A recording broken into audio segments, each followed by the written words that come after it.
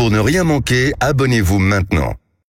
Il est 7h51 et nous allons maintenant retrouver Guy Carlier qui va peut-être plonger dans la piscine et Laurie qui vient nous dire quel est le thème de la chronique de Guy ce matin. Eh bien aujourd'hui on plonge dans une leçon d'humanisme puisque Guy nous démontre qu'il existe une égalité parfaite entre tous les hommes, en tout cas dans certains domaines. Bonjour Guy. Bonjour Guy. Bonjour Patrick, bonjour Laurie, bonjour Patrick, bonjour à tous. Je suis en train de chercher un lien piscicole. Bah oui.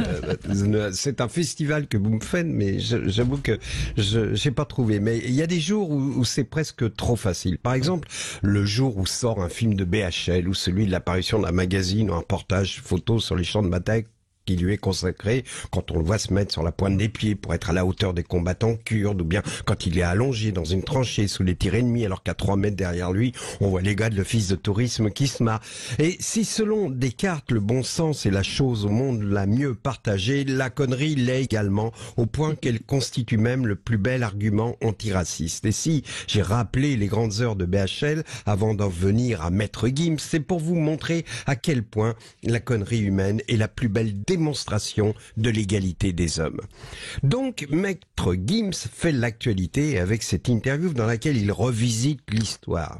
Il ne se contente pas de la revisiter, il la reconstruit totalement en commençant par la civilisation égyptienne. Tiens, écoutez. Il y avait l'électricité. Les pyramides qu'on voit là, au sommet, il y a de l'or. L'or, c'est le meilleur conducteur pour l'électricité. C'était des foutues antennes. Les gens avaient l'électricité. Les Égyptiens, la science qu'ils avaient, ça dépasse l'entendement.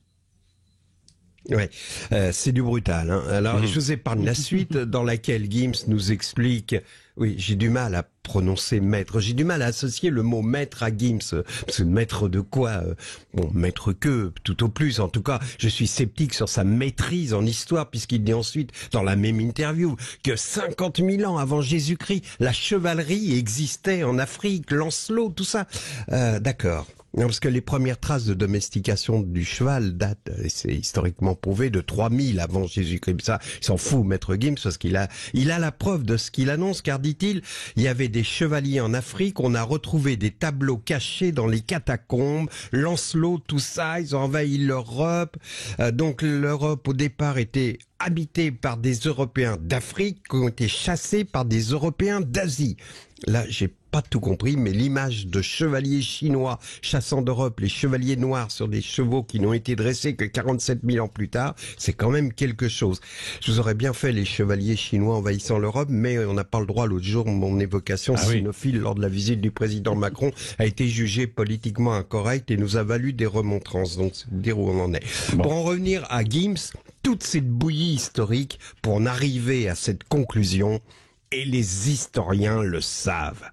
On y est, ça y est, le complot. Ah, le voilà, le complot qui revient. Les pédosatanistes qui dirigent le monde nous ont donc caché que les Égyptiens avaient la 5G. Et là, on comprend bien que Maître Gims revisite l'histoire pour flatter le peuple noir avec une histoire que les Blancs leur cachent.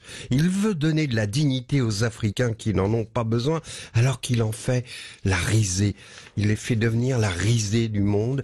Il a dû voir le film, vous savez, 2 heures moins le quart avant Jésus-Christ, dans lequel César a un téléphone sur son bureau, ou dans les bistrots de Bethléem, il y a la télé, on voit Léon Zitrone commenter une course de dromadaire comme il le faisait avec le tiercé. Et Gims a cru que c'était un film historique. Il faut lui dire que c'est un film parodique et que le rire vient de l'anachronisme. Le rire vient de la connerie aussi. Alors je souhaite bon courage à tous les profs d'histoire qui partent travailler maintenant et qui tout à l'heure lorsqu'ils distribueront les copies, un élève leur demandera monsieur, est-ce que les Égyptiens avaient un compteur Linky?